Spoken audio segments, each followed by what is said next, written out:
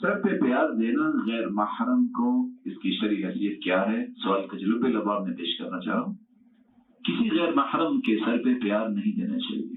رسول اللہ صلی اللہ علیہ وسلم فرماتے ہیں انی لا اصافح النساء، میں غیر محرم عورتوں سے مصافحہ نہیں کرتا، وانی لا امس ایدی النساء، اور میں غیر محرم عورتوں کو نہیں چھوتا۔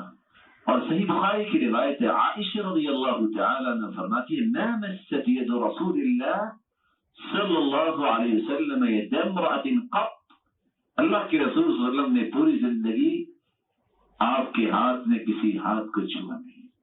اور چوتھی روایت صحیح الجامع کی ہے، رسول اللہ صلی اللہ علیہ وسلم نے فرمایا جو شخص کسی ایسی عورت کے سر پہ ہاتھ رکھتا ہے، ایسی عورت کو چھوتا ہے جو اس کے لیے غیر محرم ہے، خیر لہ، اس سے بہتر تو یہ ہے کہ اس کے سر کے 2 ٹکڑے کیے جائیں اور اس میں لوہا پگھلا کر داخل کیا جائے۔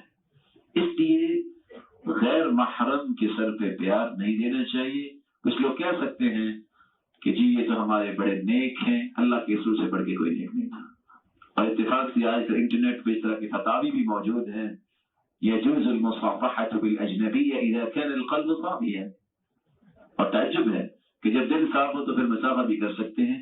اللہ کے رسول سے بڑھ کے کسی کا دل صاف نہیں تھا، اور اللہ کے رسول صلی اللہ علیہ وسلم نے ایسا نہیں کیا تو ہمیں نہیں کریں گے۔ اور اس لیے یہ فتنوں کی راہیں ہیں، ان فتنوں کی راہوں سے انسان کو بچنا چاہیے۔